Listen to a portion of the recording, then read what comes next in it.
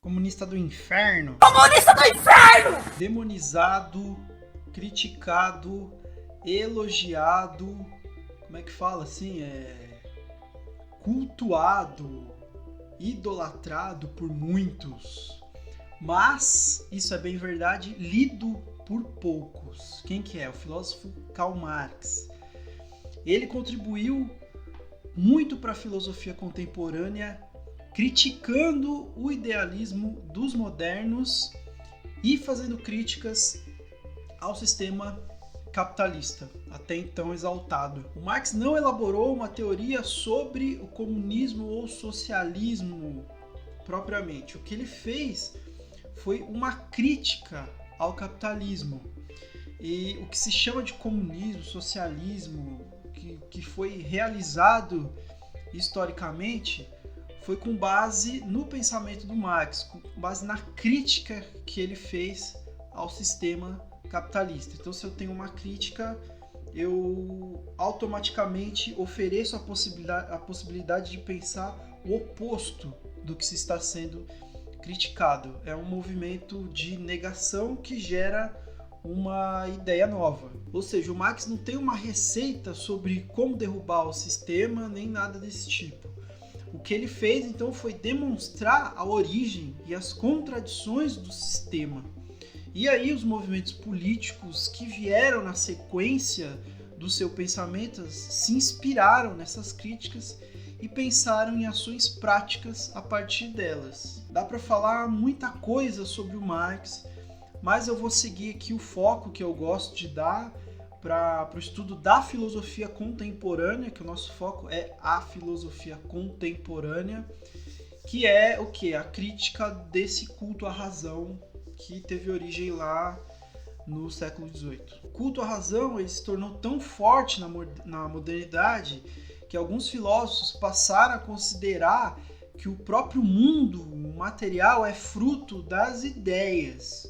Em outras palavras, tudo é ideia. A matéria em si não existe enquanto matéria, mas como uma ideia que surge na consciência. O ápice desse pensamento se encontra no filósofo alemão Hegel, que levou, portanto, esse idealismo, como é chamada essa filosofia, até as últimas consequências. Tem uma frase do Hegel que resume bem essa coisa, que é assim: o real é racional e o racional é real.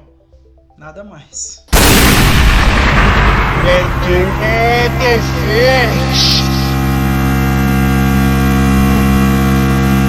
Ou seja, para o Hegel, a realidade é a razão em movimento, elaborando novas ideias, se modificando e, portanto, modificando a realidade. A realidade muda porque as ideias mudam e porque a realidade é o conjunto das próprias ideias. É como pensar, sei lá, não tem nada lá fora, sabe?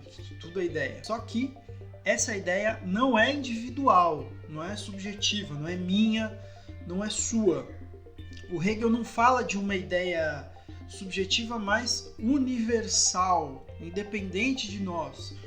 Nós caminhamos gradualmente para essa ideia universal. O subjetivo, ou seja, o que você pensa, independente do que eu penso, ainda é uma etapa anterior. Quando a razão se realizar completamente, haverá a realização do espírito absoluto, que é a plena realização do universal. Tipo, é a anulação do individual, do subjetivo, que são, como eu falei, etapas anteriores até chegar a esse espírito absoluto. Então, enfim, resumir o Hegel em poucas palavras é quase um crime.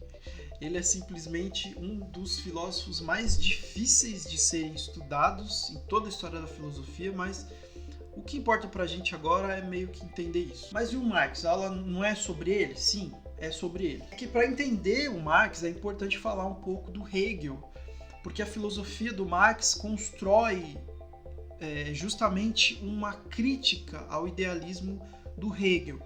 todo o edifício que o Marx vai erguendo é a partir dessa crítica à filosofia hegeliana. Para o Marx, essa coisa de espírito absoluto e o real é racional, é tudo uma grande besteira, né? uma alienação, ou seja, um descolamento da realidade. Olha só essa frase elaborada pelo Marx e pelo seu amigo, o Engels. Não é a consciência que determina a vida, mas a vida que determina a consciência. É o contrário do Hegel, né? Ele inverte o Hegel. Então, o racional é o real? Não, é o oposto. O real determina o racional. A consciência, para o Marx, não é uma ilha boiando no meio do oceano, né? Ela é um dos polos da realidade ao lado do mundo exterior e é determinada por ele. Portanto, Marx afirma que o ser humano age no mundo a partir das condições impostas pelo próprio mundo. Tipo, a ciência e a tecnologia, elas surgem a partir das limitações que o ser humano encontra no mundo fora dele e que ele tenta superar. A ciência e a tecnologia não são ideias que surgem a partir de uma consciência isolada, pensando sozinha consigo mesma. Para o Marx isso é impossível. Mas o que isso tem a ver com a crítica ao capitalismo? Tem muita coisa. Eu vou falar aqui sobre apenas um aspecto entre muitos outros. Olha ao seu redor. Agora eu te desafio a encontrar algum objeto que não seja uma mercadoria, entendendo que mercadoria é algo fabricado com a finalidade de ser comercializado. Então, tem alguma coisa ao seu redor que foi fabricada e que não tenha sido comercializada? Esses livros, essa estante, essa camiseta, bonezinho, óculos, talvez um artesanato que tenha sido produzido para ser utilizado aí na sua casa mesmo, pode ser. Talvez o almoço que foi feito para o consumo doméstico, isso também não é mercadoria. Então, salvo algumas poucas exceções, a grande maioria das coisas à sua volta é mercadoria. E mesmo as coisas que não são mercadorias, elas foram fabricadas a partir de mercadorias. Tipo, o artesanato ele foi feito com materiais comprados e o almoço com ingredientes adquiridos num mercado. Agora, vamos voltar para a frase que eu citei agora há pouco. Não é a consciência que determina a vida, mas a vida que determina a consciência. Então, a vida nós podemos entender aí nas palavras do Marx e do Engels como o mundo exterior à nossa consciência, ou seja, é o mundo exterior que determina como será a consciência, ok? Sendo assim, eu pergunto, como é a consciência em um mundo onde praticamente tudo se resume a mercadorias? Lembrando, essa consciência é determinada pelo exterior. No exterior só há mercadorias. Então, como esse exterior determina a consciência? Será que ela é uma consciência que passa a se reconhecer como mercadoria? É bem provável. No mundo das mercadorias, a própria consciência é determinada pelas mercadorias, de modo que o humano se reconhece também como mercadoria nesse contexto. Mas isso quer dizer que o humano se torna uma mercadoria? Ele se coloca à venda? Exatamente. O trabalhador vende a única coisa que ele possui, que é a sua força de trabalho. Assim, ele se resume justamente à única coisa que ele possui como mercadoria, que é justamente essa força. Todo mundo já viu aquela cena do Charlie Chaplin no filme Tempos Modernos, né? Certamente algum professor já usou aquilo em alguma aula em algum momento da sua vida ou em vários momentos. A cena desse filme é uma síntese da objetificação do trabalhador, que no capitalismo se torna uma mercadoria entre todas as outras, uma engrenagem na grande máquina do capital. Olha só essa outra frase aqui do Marx. O trabalho não produz apenas mercadoria, produz-se também a si mesmo e ao trabalhador como uma mercadoria e justamente na mesma proporção com que produz bens. Então, o que ele está falando é assim, o trabalhador produz a mercadoria e ele também produz a si mesmo como mercadoria. É uma troca. O mundo exterior influencia a consciência, essa consciência determina uma ação, essa ação transforma o mundo, mas também transforma a si mesma.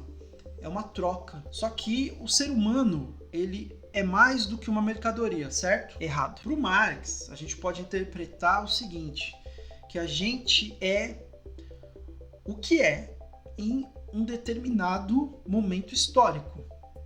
Ou seja, agora, no século XXI, mais ainda do que lá no século XIX, onde ele viveu, né, nós somos mercadorias e nada mais, mas é uma condição temporal. Então, olha só, a gente conseguiu interpretar essa condição examinando a realidade de uma maneira mais ampla.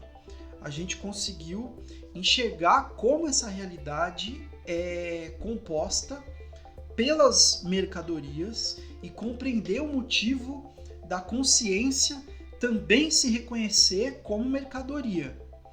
E além disso, a gente conseguiu compreender como o trabalhador se entende, portanto, como mercadoria, beleza? O trabalhador, inserido nas diversas profissões, nos diversos segmentos das cadeias produtivas, não tem consciência disso. A sua visão sobre a vida, ela é limitada, mas depois desse exercício que a gente fez aqui de pensamento, dessa análise sobre o real e não uma simples abstração, parte da nossa consciência já recebeu novas informações sobre a vida.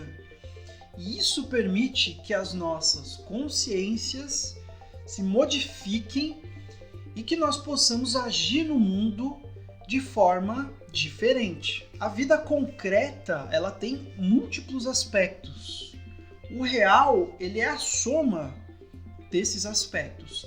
Quanto menos elementos do real nós conseguimos capturar, menor será a nossa consciência sobre a realidade. Quanto mais elementos do real nós conseguimos capturar, então, ao contrário, maior será a nossa consciência sobre a realidade. E isso não depende da consciência trabalhando sozinha, conforme o Hegel defendia, mas da consciência sendo moldada pelo mundo concreto.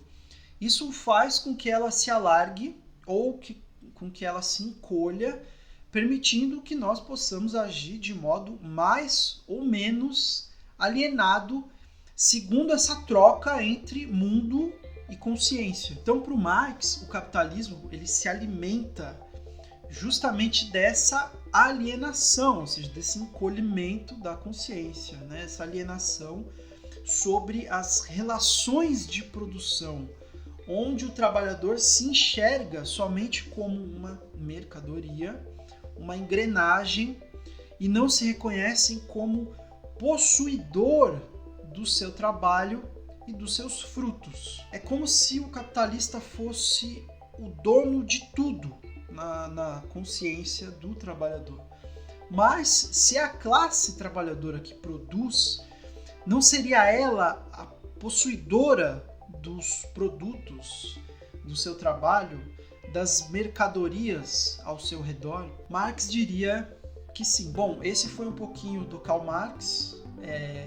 Repetindo, ele é um filósofo muito comentado, defendem, criticam, idolatram, demonizam, mas as pessoas leem ele muito pouco. É um texto difícil, são páginas e mais páginas, mas enfim, a importância dele para a filosofia contemporânea, ela é indiscutível. Então, é isso.